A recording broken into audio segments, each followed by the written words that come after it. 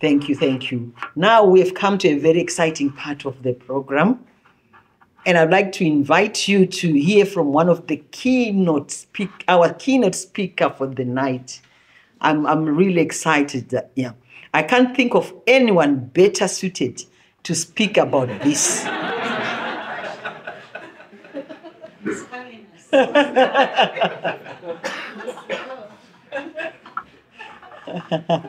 He doesn't believe it.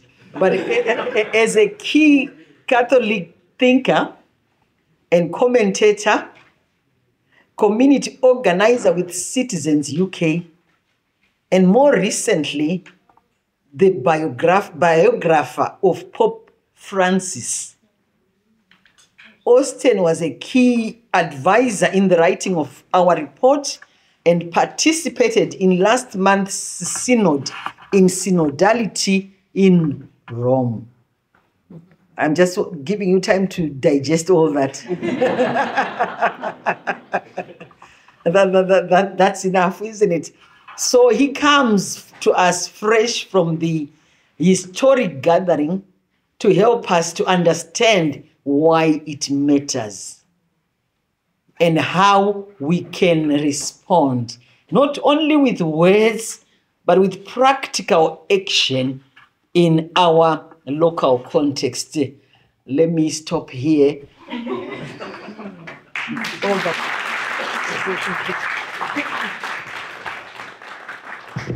Thank you so much, Pastor Cecilia. Thank you for your lovely words. It's great to be among friends and family. I feel like I'm back with my community organising family, Marjana and Sebastian, and of course Angus and his team. And great to be at the parish of Father John Armitage. Just I had a quick flashback earlier seeing Father John up here talking about Cardinal Manning, because I can remember when I worked for Cardinal Cormac Murphy O'Connor many, many years ago, 2006, before then, Neil Jameson came and did what I later understood to be an action on me, a one-to-one, which, to cut a very long story short, resulted in the very first Mass for migrants held at Westminster Cathedral, an important historic moment. And I always remember Father John up on the sanctuary pointing to Cardinal Manning's chair, which he had brought with him. And of course, I'd studied Cardinal Manning and the whole story of Rerum Novarum and the just wage and the dock workers. And I thought, this is the church that I believe in. So lovely to be here and with you all. So my task, as Pastor Cecilia has rather intimidatingly put it, is to explain to you what happened in Rome and why it matters and how we can respond. Just to reduce your expectations a little bit, I wasn't a member of the synod. And to be clear, a member of the synod is one who has the right to speak and to vote.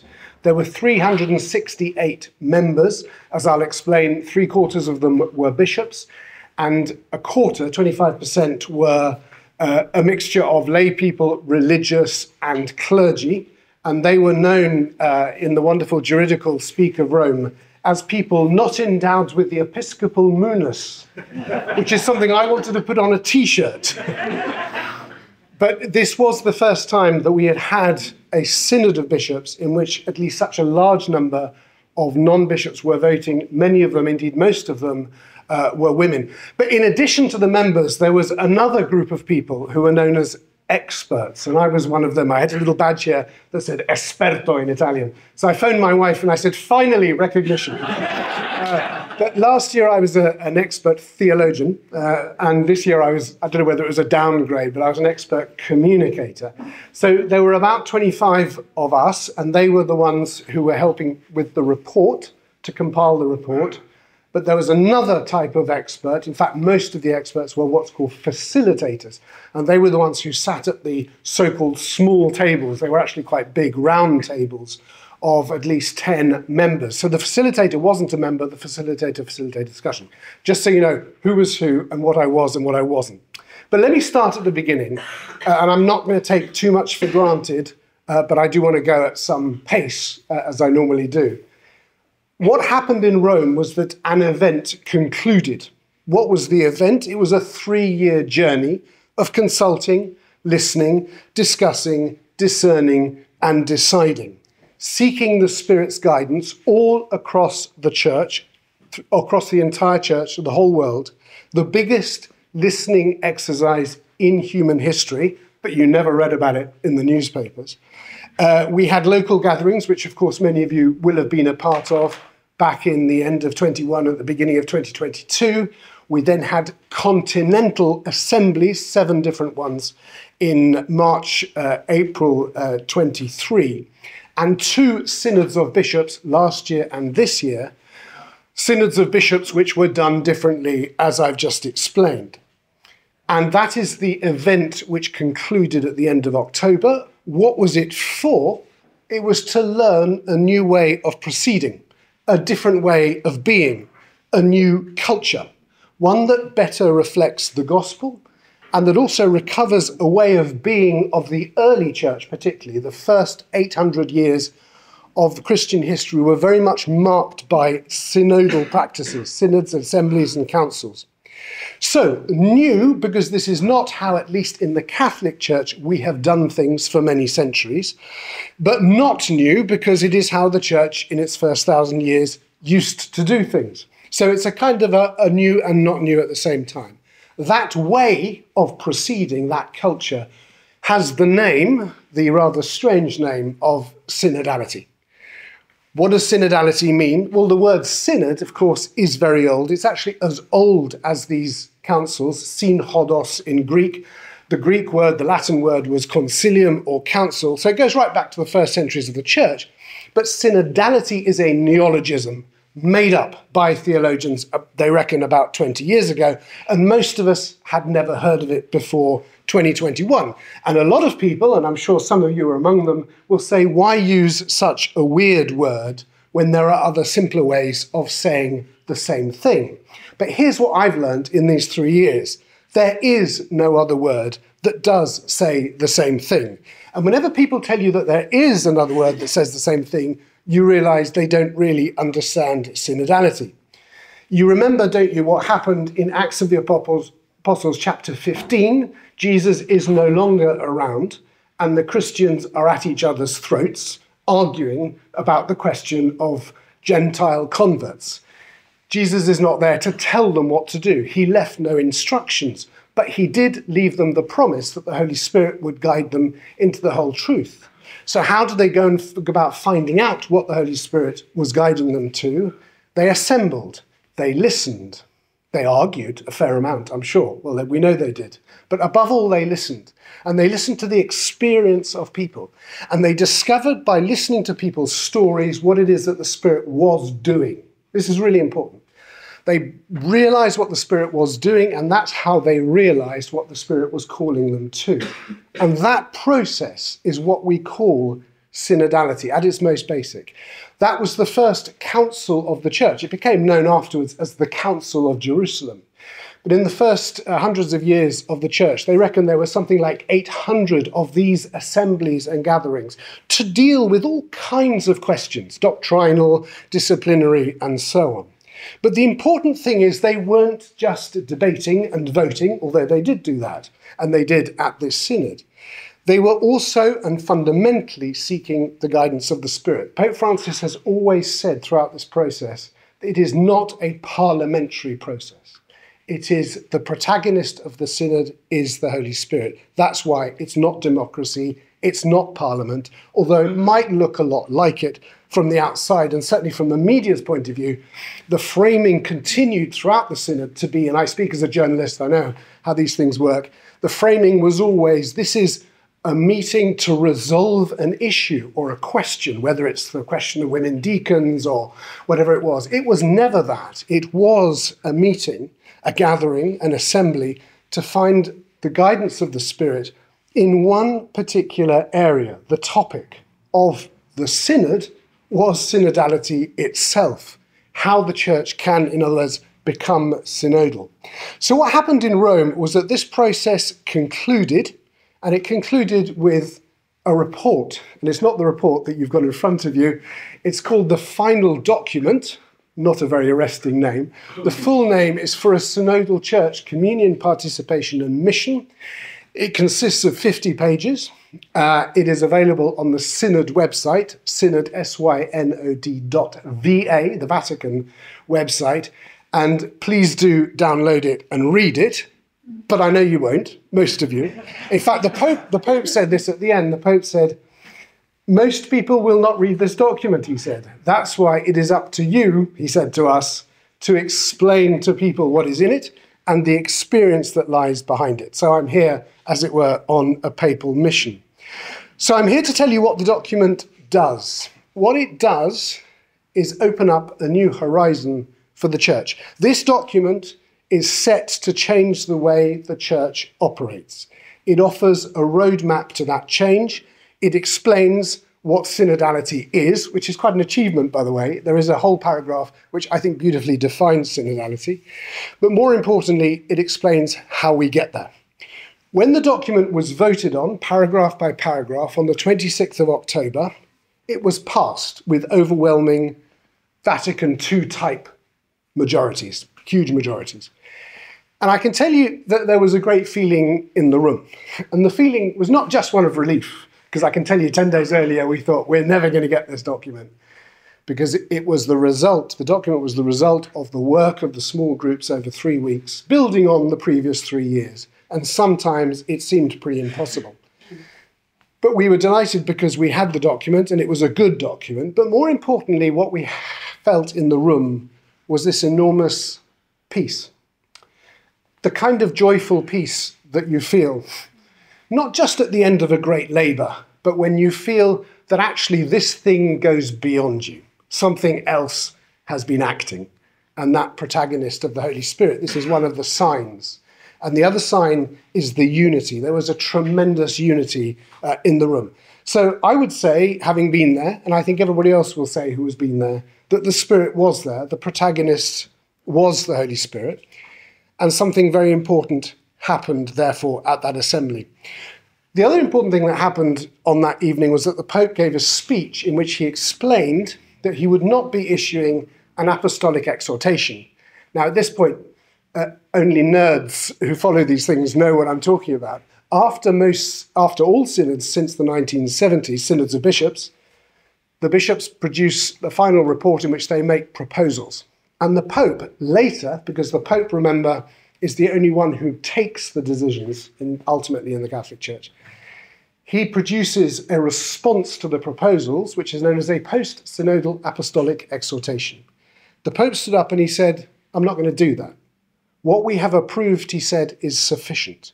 There are already concrete indications in the document that can be a guide for the mission of the churches in their specific continents and contexts. This is why I'm making it immediately available to everyone. It is the reason I said it should be published. In this way, I wish to recognise the value of this synodal journey, which by means of this document I hand over to the holy, faithful people of God. This is a very, very important moment. The Pope, for the first time since the 60s, 70s, has said, essentially, the Holy Spirit has spoken to the Church, I recognise this, and I endorse it. This is now papal teaching, automatically. So that's what we've got now. You ask me what happened in Rome. We have a document, which is the fruit of the Holy Spirit, which the Pope has recognised as papal teaching. And now you're going to say, and now what? And that's the question, frankly, that we're all asking. Because, of course, this is a document that has to be received. And behind the document is an experience, a journey of this 3 years, which has to be received, owned, assimilated, whatever word you want to use, by the local churches, by the bishops' conferences, by the dioceses, by parishes. And this is not going to be a simple process. It's not going to happen at the same speed everywhere. In some places, it's going to be resisted. In other places, they're going to see it as a mandate to speed along a road they're already on. Welcome to the Catholic Church. So it's going to be complex, but one thing is for sure, this is the direction that the Church is going in. I'm going to just very quickly, if I can, define synodality for you in a way that actually predates this document. It goes back to it doesn't matter where it goes back to, 2018, a theological document, which was a very useful summary of what synodality is. And it says it's really three things. It's a culture, first of all, meaning a particular style of the life and mission of the church in which we gather together to dialogue, to discern and decide. It involves assembling, gathering, listening to the word and to each other, and through these to the Spirit. It expresses in this culture a desire for a church that is more relational, a church in which, as it were, relationships matter, in which everybody plays a part, is recognized, is a subject, is an agent. And it means using the method of synodality, this gathering and discerning, at every level of the church. When the church comes to do things and decide things, this is in a sense how it's called to operate. And the other important thing is that this is the church as the people of God, as it was defined in the Second Vatican Council. All the baptized equal in dignity. We have different roles, we have different functions, we have people who have authority to take decisions and people who don't. But we are all recognized as being, by virtue of our baptism, members of the people of God, and synodality seeks to give concrete expression to that theological truth. So that's culture. Secondly, it's about processes of decision-making, which involve discernment at every level of the church, which involves the search for a prayerful consensus. Now, synodality doesn't change the decision takers. It's still Father John who has to take the decisions about this parish. It's still the bishop. It's still ultimately, of course, Pope Francis. They are the decision takers, and synodality doesn't change that. What it changes is the decision-making process, the idea that these decision takers should be taking decisions only after a process of decision-making in which as many people as possible are listened to and are involved and participate. So it's not like a parliamentary process, and those of you who are not Catholic, it's not like the General Synod of the Church of England, which actually is a parliament. It decides things by debates, parties, votes, majorities, but rather a search for consensus, just like in Acts chapter 15. And here's the important point about the process. It is primarily a spiritual disposition, synodality. It's not about persuading and voting. However brilliant your ideas, however perfect your understanding, when you enter into a synodal process, you are invited to offer your insight as a gift to the church, to the whole, to be considered, not trying to persuade, not trying to pressure or cajole. So it's about a humility, if you like. It's not a competition, but a collective search for the guidance of the Spirit, which is beyond, if you like, all of us.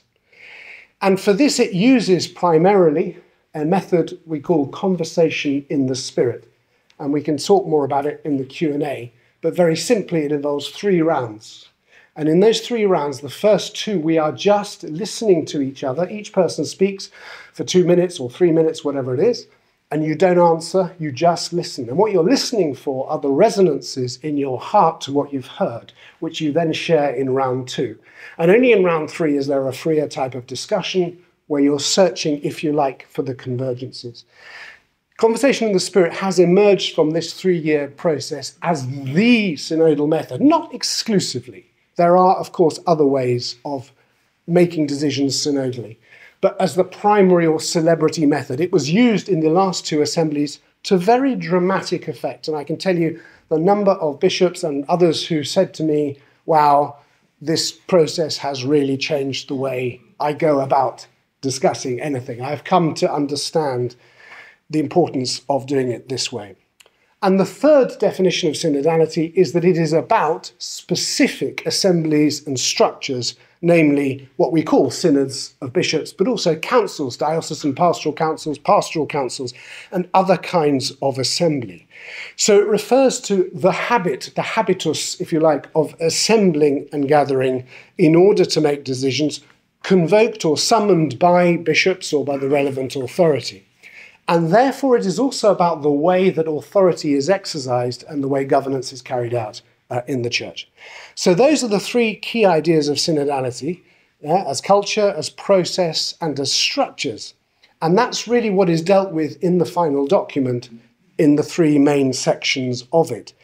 And I'm going to end by talking about some of those things in the final document. But first, I want to share something that is not in the final document. And it's an attempt to answer the question, which I think is almost as important as explaining what synodality is. And that's to ask the question, why go synodal? Why is this process of conversion so necessary?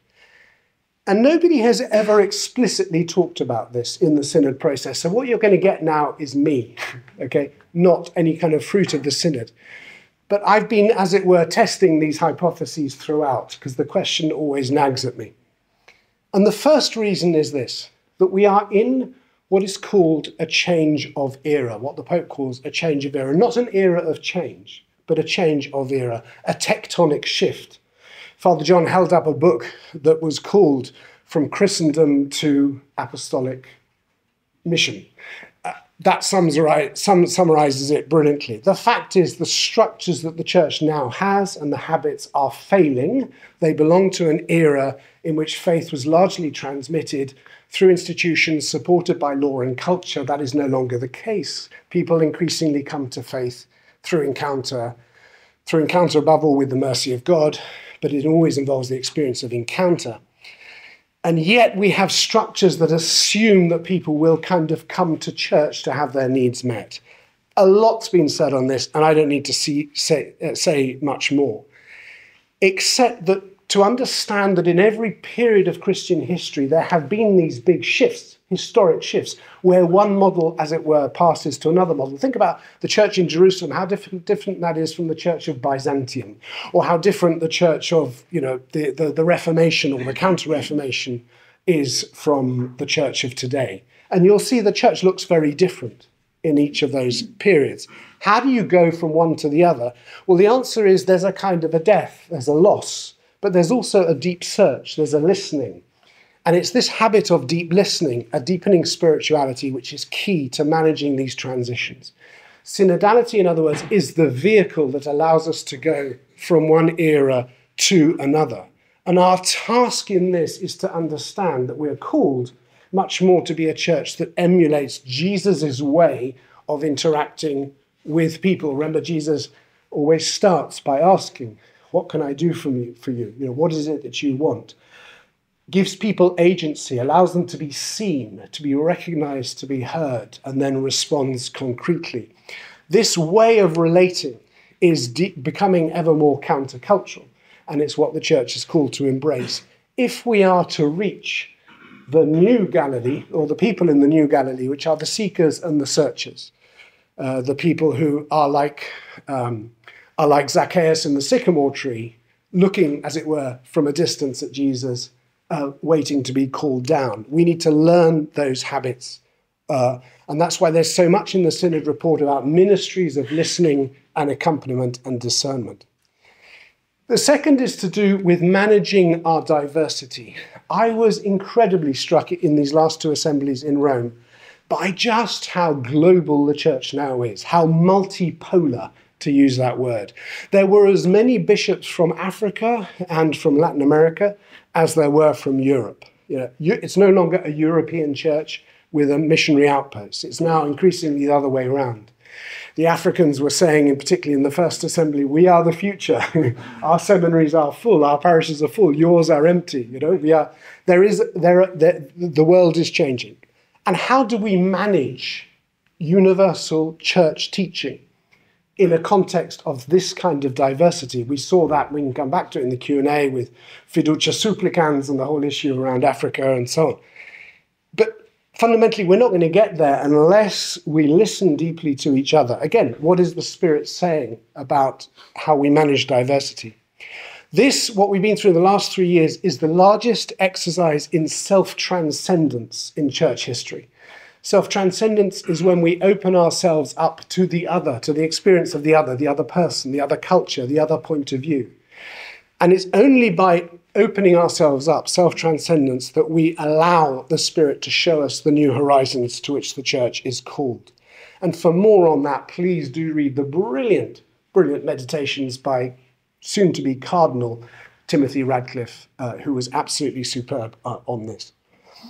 The third reason is probably the most important, which is the value of witness. the witness and the hope that these processes give the world at this time. It's about the proclamation of the gospel in our age. Mostly, we proclaim what we believe in by the way we are, and people are attracted to us or repelled by us by the way we are. Pope Francis was clearly aware of this when back in 2015, he described synodality as like a standard, a flag, lifted up among the nations in a world which often consigns the fate of entire peoples to the grasp of small but powerful groups. In the speech at the end of the assembly, he said, "In our time marked by wars, we must be witnesses of peace, even by learning how to live out our differences in conviviality." It's not a point I need to explain, is it? We have a world ever less able to accommodate difference and divergence. War, the breakdown of the world order, the election that we have just had in the United States, where an entire country is so deeply polarized, cannot listen to each other at such an elemental level that the outgoing government fails to even realize what people were most angry about. Yeah, this cannot be a way of proceeding anymore in our democracies, in other words, are failing. Again, it's not a case I have to make, I hope, to you. It's talked about a lot. Polarization, populism, post-truth, the 3 Ps of the breakdown of our democracy. And what so struck me in these last 3 years is that, democracy in the West is built on the foundations of church synodal processes. It is out of these processes of the Middle Ages and the early Middle Ages in the monasteries and that democracy is born. Is this not a time when the church itself needs to recover its own synodal processes in order to help give birth or rebirth to democracy in our time? So, what now does the final document ask of us, and how do we respond? I haven't been following time. I'm 5 minutes. Whoa. 3 main conversions we're called to in the final document. A conversion of relationships, a conversion of processes, and a conversion of bonds. And I'll keep this simple, but the conversion of relationships, a whole section in the document, deals with how specifically we can change the way we relate to each other so that we can better reflect what I was saying earlier about Jesus' way of relating to people, but also how we can make the plurality and differences of our churches a source of generative fruitfulness rather than the source of conflict and division. And managing differences is not just about how the European church and the African church and the Asian church relate to each other. It's present here in Canning Town, in this room. I just look around and I see, of course, a church is increasingly marked by people who are probably born in another country. You're here in this parish and yet you also belong somewhere else, at the same time, that we have multiple layers of belonging. And again, this level of difference, we have to not just say, isn't it marvelous that we're all so diverse? We actually have to learn to listen to each other because we speak different languages, because we come from different experiences, and we have to learn how to do that. So one of the big things in that section is the understanding also that the Spirit is being poured out at this time in terms of gifts and charisms on all the baptized and on especially women. Big theme of the synod. And it says, what is of the Spirit cannot be stopped. So the big question that we face in the church is how can we give better expression to the charisms and ministries which the Spirit is already, as it were, pouring out. Yeah, this is a big, big theme of the synod. And what stops that? Where have we got confused, for example, with the power of governance and the sacramental power of the priesthood? They've got confused over time. How do we disentangle them? A lot to say on this, but it's a big topic. Secondly, conversion of processes. How do we put discernment at the heart of the way we act as a parish, as a deanery, as a diocese, as a bishop's conference, as a continental assembly? How do we consult outside our borders? How do we listen to those on the margins? How do we make sure that everybody is being heard, that everybody has agency? How do we search for the broadest possible consensus? All of this is going to require investing in practices like conversation in the Spirit, giving time to these listening processes? Are we willing to give them that time? Are we willing to build conversation into the Spirit into a parish council meeting, and so on? The final document says councils and assemblies should be mandatory. They're not an option. They have to become a part of the way we operate. Whether they will and how quickly they will, of course, we'll see. But nonetheless, these are non-negotiables. But specifically, they call for the increasing participation of all people, lay people, religious, clergy, in all phases of decision-making and greater access to positions of responsibility. The future cannot be the clerical past. It can't be just numerically. I remember a German bishop standing up last year and saying, since he was made bishop, he had buried 300 priests and ordained 15.